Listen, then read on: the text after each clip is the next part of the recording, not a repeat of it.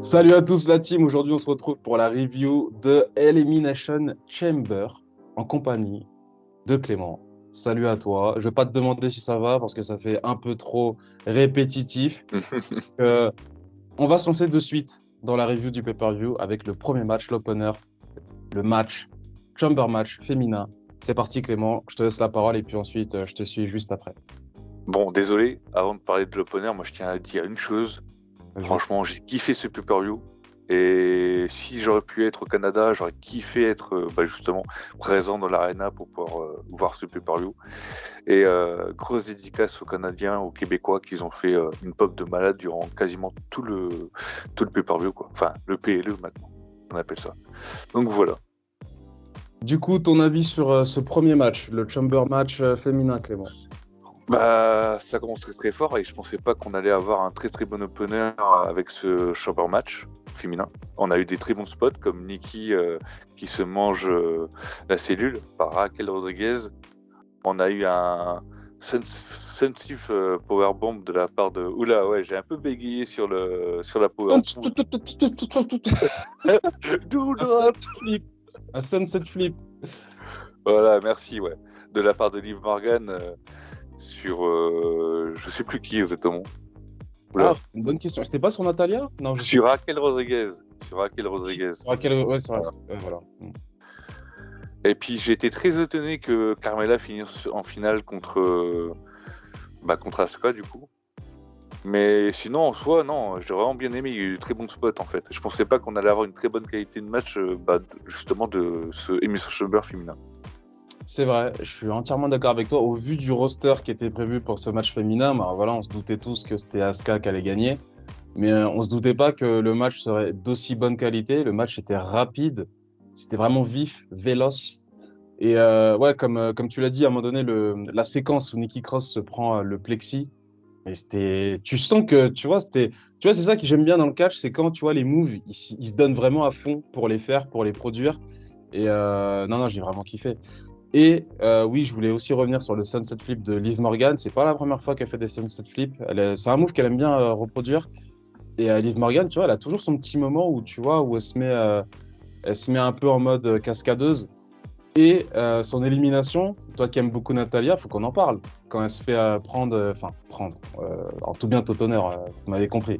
Mais quand voilà, il y a le sharpshooter avec la soumission d'Asuka, dont j'ai oublié le nom. Je sais pas si tu connais le nom. Elle fait une torsion du Bon. bras, je sais pas. Ah ouais, non. Bah, un peu à la Ronda Rousey quoi, mais Voilà, c'est ça, c'est ça. Bah en fait, là, tu te dis, non, c'est Liv Morgan. On sent que dans le booking, ils veulent la mettre en avant, mais là, quand il se passe ça, bah non, elle peut pas s'en sortir, c'est pas possible. Charlotte Flair, elle aurait pu s'en sortir, mais là, Liv Morgan, non, ça passe pas, ça passe pas. Autre chose ou pas à noter sur ce Chamber match féminin? bah franchement non, c'est bon, hein. Je crois qu'on a fait le tour, hein. Alors, moi, je veux rajouter un truc que j'ai oublié de dire dans la review du Rumble match, donc je suis très en retard. C'est qu'on le dit pas souvent, même sur Twitter, je le vois pas souvent, ce type de message. C'est que la qualité de production des pay-per-view de la WWE, c'est vraiment excellentissime. Je veux dire, le jeu de lumière, les cadrages caméra, bref, je trouve que dans la production, c'est vraiment qualitatif. C'est vraiment incroyable. Et tu vois, les caméras qui sont planquées là dans les chambres pour montrer l'expression faciale des lutteurs. Alors, c'est pas quelque chose de nouveau, hein. Mais à l'époque, tu vois, peut-être 2008, alors je sais pas s'il y avait des caméras dans les chambres. Il me semble pas. Je pense que c'était le caméraman qui se rapprochait. Bah, je trouve que vraiment, c'est vraiment qualitatif. Et tu sais, quand je regardais, je me disais, mais putain, les plans de caméra sur Asuka là, qui fait des têtes en mode, tu sais, elle se lèche la bouche, tu sais, elle regarde comme ça et tout. Je me dis, non, franchement, en Bah, termes de mise en scène, c'est high level. bah tu prends Nikki Cross quoi, qui a regardé quasiment tout le monde lors de son entrée. Déjà Ouais, tu vois un peu cette qualité de caméra en fait. ouais, ouais, non, mais c'est vrai que c'était pas mal. Match suivant, Bobby Lashley contre Brock Lesnar.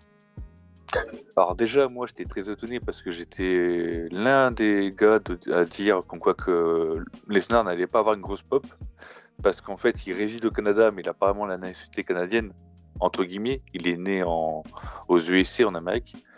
Et pourtant, il a une grosse pop de la part des Québécois. J'étais un peu étonné.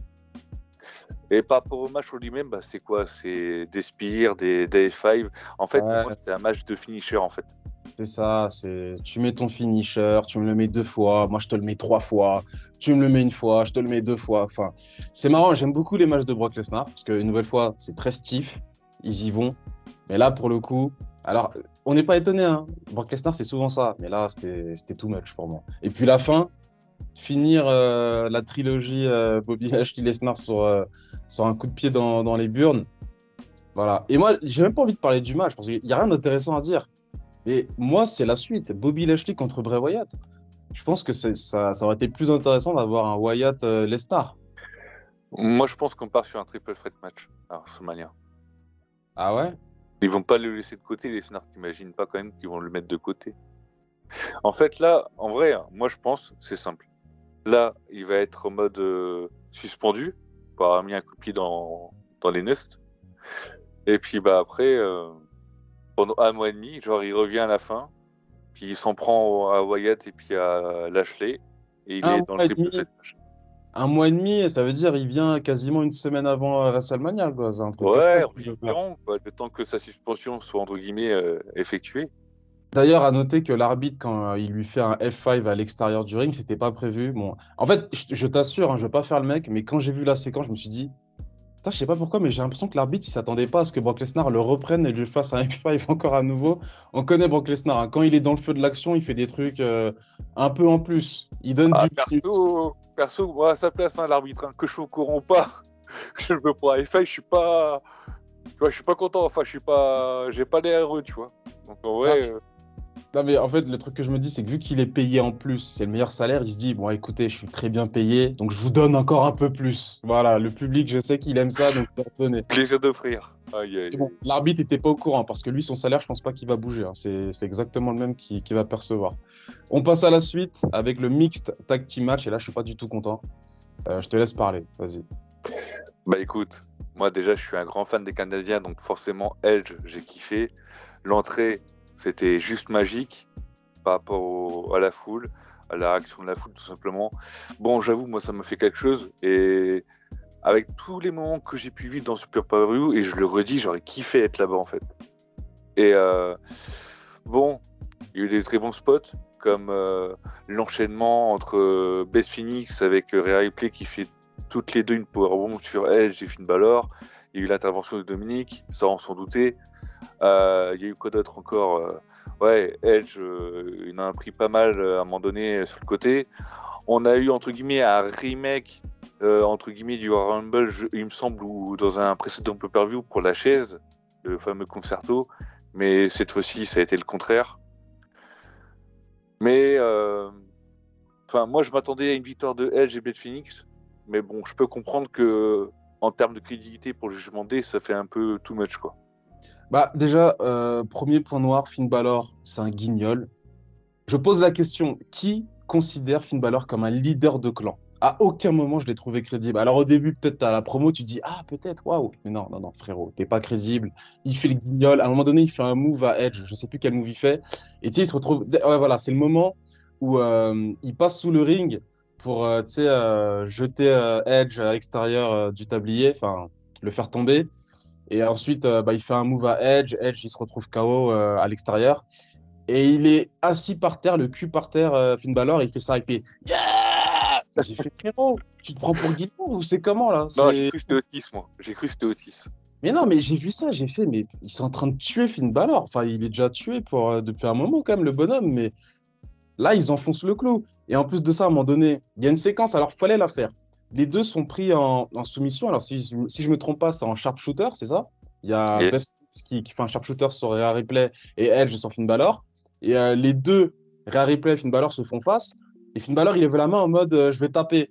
Et Rhea Ripley, elle chope sa main et fait F frérot, tu tapes, je te démonte. Et ça, j'ai kiffé. Ça, j'ai kiffé. Mais en vrai, c'est le leader de clan. Et c'est lui qui allait taper. On est où là? Ah, c'est ridicule. Pour moi, c'est ridicule. Bah, j'ai une question à te poser. Pour toi, Vas-y, pose-moi la question. est-ce que entre Rhea Ripley et Finn Balor, qui entre les deux méritait entre guillemets d'avoir le tombé final? Bah, c'est Finn Balor. Si tu pars du principe que Judgment Day, Bah voilà. Balor. Mais pour moi, c'est là où je veux en venir. Pour moi, Edge, il gagne beaucoup trop de matchs pour un vétéran. Moi, ça commence vraiment à me saouler. Qu'est-ce qui gagne ce match? Judgment Day, t'es en train de construire un clan, t'as quand même l'intervention de Dominique, t'as quand même l'utilisation d'un point américain, et il gagne pas le match, sachant que tu dois construire Rare Replay solidement pour arriver à WrestleMania. Je suis désolé, là, c'est un coup dur là pour le Judgment Day. C'est pas crédible. Enfin, tu les rends pas crédibles en fait avec ce match.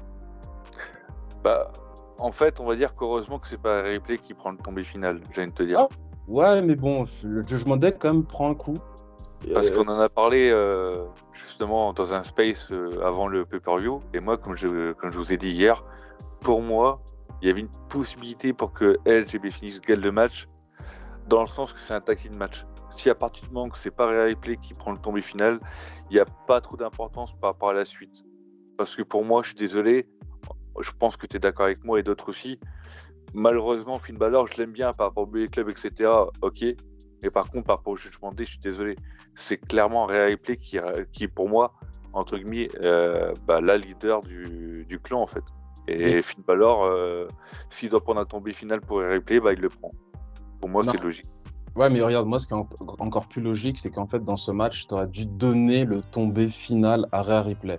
Tu l'as construit encore plus solidement et tu dis, ok, d'accord, Rhea Ripley, là, elle a pris les rênes du clan et du coup, elle est dans une autre dimension et c'est très intéressant. Là, je suis désolé. Après, bon, avec les weekly, ça va changer. WrestleMania, c'est dans très longtemps, c'est début avril, un truc comme ça. Mais voilà, moi, je trouve que Edge, on lui donne beaucoup trop de victoires. Tu lui donnes des Rumble, mais au final, à WrestleMania, il gagne pas ses matchs de championnat. Bon, après, c'est du booking, hein, les gars, vous inquiétez pas, hein. Quand je parle, c'est vrai que c'est un jour, il y a eu un commentaire, il y a un mec qui nous a dit, ouais, mais quand vous parlez, on dirait que vous pensez que c'est vrai. Non, c'est très bien que c'est juste une manière, c'est l'écriture. Moi, Edge, j'en ai marre. Son retour est extrêmement bien écrit, mais il gagne beaucoup trop de matchs. Et normalement, tu es là pour faire évoluer des gens. En plus, le Judgment Day, c'est son clan. Au final, il se fait démonter. Là, tu arrives avec ta femme, tu arrives encore à avoir l'avantage sur eux. Le match final contre Finn Balor, qu'il le gagne, ça me gêne pas du tout. Mais là, je suis désolé. Là, Non, fallait donner le tombé à Rhea Ripley sur ce match. C'est non, mon en avis. fait, pour moi, hein, si admettons le Judgment Day, il gagne le tag team match là, pour moi, il n'y a aucune, comment dire, importance qu'il y a un match ou pas à WrestleMania. Du coup. Par contre, on rêvait cette victoire, du coup, entre guillemets, ça continue. Et pour moi, Finn Balor va gagner à WrestleMania, Rhea Ripley va gagner son match de titre à WrestleMania, et ça va s'arrêter là. Une bonne fois pour toutes. Oh, moi, je crois pas que Edge va perdre. Face à Finn Balor, face à ce clown. Moi, je pense que Edge, là, c'est bon, c'est signé, hein. Moi, je pense qu'il va être en Finn Balor démon. Après, je peux me tromper, mais... Oh, mais c'est fini, ça. C'est fini, ça. Maintenant, le Finn Balor, c'est yeah! C'est bon, c'est bon. C'est bon, rentre chez toi. Rentre en Irlande, tu m'as saoulé. Bref, match suivant. Chamber masculin pour le titre des États-Unis. Est-ce que Austin Theory a défendu avec brio son titre US? On peut dire oui. Vas-y, je te donne la parole pour donner ton... Déjà, grosse mention à Montez Ford. On l'attendait tous en solo, pour le coup, dans ce match. Et il a fait de très très bonnes performances. Franchement, le haut de la cage, le saut qu'il fait du haut de la cage sur tous les participants, c'est très très beau à voir. Ça a été nickel. Il y a d'autres. L'enchaînement aussi qu'il a fait avec Seth Rollins ainsi que Johnny Gargano sur Boston Reed, les super kicks et le finisher, chacun. Franchement, non, franchement, il a fait son match, je trouve. Et en termes de crédibilité, en termes de push solo, non, franchement, il va faire le taf, je pense. Après, Austin Theory, c'est du Austin Theory, hein, le mec heel, qui est un peu comme The Miz ou Edge en mode opportuniste. En soi, non, franchement. José Gargano aussi qui a duré dans le match. Je pensais pas qu'il allait faire aussi longtemps dans le match, mais oui, effectivement. Alors du coup, moi, pour ce match, je suis très étonné de la performance de Damien Priest. Une nouvelle fois, tu as encore un membre du clan de Judgment Day qui brille par ses performances le leader, t'en retires rien du pay-per-view. Damien Priest, vraiment grosse performance. Attention, pendant un moment, il a vraiment mené le match. Je me suis dit, oula, à mon avis, il va se faire éliminer juste après. Et non, pas du tout. Il est quand même resté un petit bout de temps. Gros point noir sur Bronson Reed. On sait qu'il a eu très peu de réactions. Je ne sais pas si sur Twitter, vous avez vu des tweets des Américains qui postent des vidéos de gens dans le public qui ne réagissent pas du tout quand Bronson Reed fait son entrée. Et ben là, c'est la même chose. Pourtant, tu es au Canada, hein. C'est un public facile. Normalement, le public réagit assez facilement. et Bronson Reed ne suscite pas d'intérêt pour le public, il se fait éliminer en premier. Donc pour moi, c'est un désintérêt aussi des bookers en train de se dire, bah, on l'a fait revenir, mais pourquoi en fait? Triple H, Mm. tu me fais revenir un gars, mais on sait même pas quoi en faire. Donc, ouais, Bronson Reed, c'est quand même un. Pour moi, tu sais, c'est un gabarit costaud de plus dans le roster, mais il n'a pas une plus-value. En dehors de son gabarit, qu'est-ce qu'il apporte, Bronson Reed? Bah, je trouve que pour le moment, ils ont rien apporté. Bah, justement, comme tu dis, en termes de booking, il n'a rien fait entre guillemets de ouf en fait, entre guillemets par rapport aux autres. Si tu compares les autres à Bronson Reed, pour moi, le Bronson Reed, en termes de crédibilité entre guillemets, en tant que performance dans un chamber match, c'est le moins crédible entre guillemets. Donc, pour moi, en termes d'élimination, même si moi j'avais mis Montesford parce que je pensais pas que Montesford allait durer longtemps dans le match, pour moi, ouais, au final, oui, Bronson Reed, ça reste un peu logique. Mais je trouve ça dommage que, comme tu dis, dans le sens qu'il est revenu, qu'il était réembauché derrière, bah en fait, il n'a pas forcément duré longtemps en termes de spot, quoi, non plus. Je voulais aussi faire mention de Montesford. Alors, ils ont vendu le fait que Montesford était plus ou moins blessé. En fait, c'était juste pour faire intervenir Logan Paul. Donc, Logan Paul, Seth Rollins, c'est officiel. Enfin, c'est pas officiel, mais bon, c'est acté. C'était quasiment acté depuis le Rumble, mais là, c'est sûr à 100%. Je suis sûr qu'il y a plein de gens qui ont détesté, qui ont mis des tweets. Ah, Logan Paul, on te déteste. Mais frérot, il fait son rôle à la perfection et le match va être de très bonne qualité. Et regarde, le peu de choses que Logan Paul a à faire pour intervenir dans le match, il aurait pu venir simplement en passant entre les cordes. Le mec, il te fait un salto pour entrer dans le ring. Non, franchement, le mec, il a sa place. Qu'on le déteste humainement parlant en dehors de la WWE, il n'y a pas de souci. C'est vrai que le mec, voilà, c'est discutable. Mais à la WWE, tout ce qu'il fait, je trouve que c'est vraiment nickel chrome. Il n'y a rien à dire. Tu peux pas le critiquer. Sur le in-ring, s'il y a un mec qui critique, qui vienne en commentaire qu'on parle. Mais Logan, Après, tu peux détester, comment dire, tu peux détester le personnage. Par contre, tu peux pas dire que en fait, il fait du mauvais cash, tu vois. c'est Tu ce que je con- veux euh, dire. Merci, merci non de. mais non mais non mais non mais justement, je te confirme, je suis avec toi, tu vois. Je partage ma vie Là, je et sais, je je répète. dirais même que en fait, Ronda Rousey, ok, d'accord, elle a quand même une belle carrière du côté du MMA. Par contre, dans le catch, je suis désolé. À part ses coups de poing, ses coups de pied et puis son fameux finisher armbar, là, comparé à Logan Paul, c'est un pur athlète en fait. C'est un mec qui peut faire du catch jusqu'à. Bah, en fait, le mec il peut durer dans le catch en fait, comparé à Ronda Rousey. En Et plus, je il est pense que jeune. les gens en fait, avec le temps, Il a moins ils de vont 30. s'y habituer et puis ils vont aimer en fait, tu vois. Alors, Aimé, je suis pas sûr. Je pense qu'il est fait pour être heal, mais effectivement, il a totalement sa place. Autre chose que je voulais dire dans le match, ah oui, il y a le passage où Gargano et Rollins ils sont assis. Alors, c'était à la fois drôle, mais j'ai pas compris. Comment un booker il se dit, bah écoutez, il y a un moment donné, Rollins et Gargano ils s'assoient et ils se posent et ils regardent. Tu vois, on dirait, tu sais, les mecs, quand tu joues en ligne en chamber match sur le jeu de catch, tu sais, les mecs qui sont potes et qui se disent, attends, eh, viens, on se met tous les deux sur une cage et on regarde les autres se battre et ensuite on arrive. C'est exactement ça, tu vois, c'était le même délire. Main event, on va terminer la vidéo sur le main event. Roman Reigns contre le local Sami Zayn avec sa femme en ringside. J'ai trouvé que le début de match était très long. Je vais pas te mentir, j'ai hyper avancé parce que bon après c'est normal parce qu'il y avait tellement une tension que voilà ils voulaient la palper, tu vois. Quand je fais ça palper c'est très bizarre, mais t'as compris. Palper l'atmosphère L'ambiance, électrique, l'ambiance. électrique du public. Ton avis sur ce match, Clément? Bah, moi par contre, j'ai pas passé. Comment dire, j'ai regardé le match du début jusqu'à la fin. C'était très long. Je suis désolé, hein, je suis fan des Canadiens.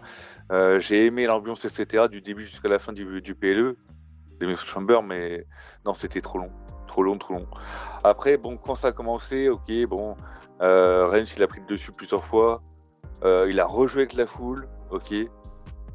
Bon, quoi dire. Sami Zayn, il a fait comme Kevin Owens, quoi. Il a eu des moments forts. Entre guillemets, la foule a cru plusieurs fois comme quoi que Zayn allait gagner, mais moi personnellement, on sait très bien que Reigns va conserver ses titres jusqu'à WrestleMania, voire même après. On en reparlera plus tard dans des prochaines vidéos. Mais non, pour le coup, non. Bonne prestation quand même de Zayn, avec des bons spots comme le Superman Punch qu'il a effectué. enchaîné que la Lua kick. On a eu l'intervention des Usos, mais non, en vrai, c'était un peu trop long, un peu too much. C'est 40 vrai, c'est minutes, vrai. c'était peu. Non. En fait, pour les gens dans l'arène, je pense que là, c'est la durée parfaite, mais pour le mec devant sa télé, c'est un peu trop long. Parce que tu es à Montréal, tu kiffes, donc on te fait croire, et puis à plusieurs moments, on te fait vraiment croire. Moi, je te jure, je me suis dit, bon, on sait que Roman Reigns va pas perdre ce match, mais à des moments, je me suis dit, waouh, c'est tellement bien fait que tu te dis, putain, il va gagner là, l'enfoiré, tu vois. Et quand je dis l'enfoiré, vous inquiétez pas, hein, c'est affectif, c'est affectif. Et putain, ils vont nous couper la monétisation pour ce mot, sur YouTube, je vais voir. Mais, mais du coup, ouais, qu'est-ce que je voulais dire? Ouais, Jey Uso, le délire avec Jey Uso, moi ça commence à me saouler. Ça fait depuis le début de l'histoire de la Bloodline que Jey Uso, c'est le mec qui est pas sûr de lui, qui a un coup avec Roman, qui a un coup qui est contre lui, qui sort des petites phrases un peu, tu vois, genre je te défie. Là, tu lui donnes la chaise, le mec il hésite. Je sais pas pour vous, les gens qui écoutaient cette review, mais moi je trouve que c'est too much. C'est bon, Jey Uso, regarde, au Rumble, il tourne les talons et il dit c'est bon, la Bloodline c'est fini. Même sur les réseaux, il fait Bloodline over, un truc comme ça. Ensuite, il y avait un tag team match à SmackDown. La question, est-ce que Jey Uso va revenir? Il revient, tout le monde l'applaudit. Ouais, je suis là pour mes frérots et tout. Et là, maintenant, on te dit, frérot, tu dois frapper Sami Zayn. Ouais, non, j'hésite encore. C'est compliqué. En plus, tu refais le remake du Rumble où t'as Roman Reigns qui est devant et t'as Jey Uso qui est avec la chaise derrière. Je fais, mais putain, mais non, mais. En fait, je comprends pourquoi ils le font. Il y a du sens. Mais pour moi, c'est trop effet de répétition. Too much, too much, too much, too much, too much. Et ben moi, ça prend plus. Jey Uso, j'en ai marre. Voilà.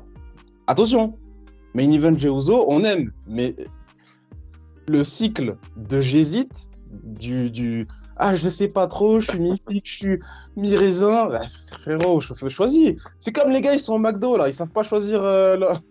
T'as un mec qui fait l'accueil, il est devant toi, je sais pas ce que je vais prendre. Et au final, il va prendre le même menu qu'il prend d'habitude. C'est bon, Jey Uso, fais ton choix. Soit t'es face, soit t'es heal. C'est bon, on en a marre des twinners, là. Bref, désolé, voilà, c'était mon petit Non, coup mais de là, gueule. c'est fini, là. C'est fini. Juste pour Inspire de la part de Zen, c'est bon, c'est fini. Et Voilà. Kevin Owens qui fait. Ah oui, oui, c'est vrai que Sami Zayn lui fait inspire. Donc peut-être que. Bah, j'espère que c'est fini. Du coup, Kevin Owens qui intervient après la fin du match. Voilà, c'était prévisible. Même si toi et moi, on avait prévu qu'il serait là pendant le match. Bah, que dire? Que dire? La road to WrestleMania. En fait, il n'y a pas de surprise. On savait plus ou moins les résultats. Juste un peu surpris pour Bobby Lashley, Wyatt. Moi, ça m'intéresse pas. Mais voilà, la road to WrestleMania, bon, je sais que j'attendais beaucoup Dwayne Johnson, j'en ai beaucoup parlé dans les Twitter Space, mais au final, le roster actuel fait le taf, faut dire les choses. Et petit à petit, tu vois, la sauce Triple H, on a beaucoup reproché qu'elle prenait du temps à prendre, bah là, ça commence à prendre. Tu commences à voir les constructions de chacun et chacune, et tu te dis, en vrai, ça va, c'est propre, hein. Bah écoute, pour le moment, ça va, oui. Depuis SummerSlam l'année dernière, il me semble. Ouais, Euh, oui, parce qu'on est le retour de Billy à c'est ce ça. moment-là. Non, non, franchement, non. En soi, ça va. Bon, même si on sait très bien les résultats, comme tu dis, on a quand même de très bonnes qualités de match. Donc, en général, que ce soit du côté des femmes ou du côté des hommes, donc non, ça va. Après, reste à voir aussi le WrestleMania, qu'est-ce que nous réserve la WWE en fait, en termes de match. Je pense qu'on aura pas mal de surprises en termes de matchs et de résultats. Moi, en tout cas, en ce moment, je suis diverti. Même si j'ai eu des propos un peu virulents, entre guillemets. Non, non, je suis vraiment diverti. C'est vraiment de qualité, je trouve, en ce moment. Là, c'est une bonne road to WrestleMania.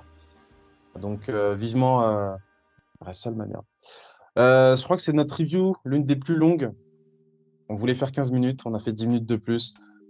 Prenez soin de vous, donnez vos avis en commentaire, on sera disponible pour répondre à vos avis concernant les matchs. Si vous n'êtes pas d'accord avec quelqu'un, il n'y a pas de souci, justement. Le but de la chaîne YouTube Tag Team Crew, c'est de confronter des idées, d'argumenter et de ressortir peut-être avec une, euh, une mentalité peut-être un peu différente, améliorée, je sais pas. Enfin bref, prenez soin de vous les gars. Bientôt les Tag Team Crew Awards. Le montage est quasiment fait, ça va arriver la semaine prochaine. On se dit à plus, prenez soin de vous. Peace. Peace.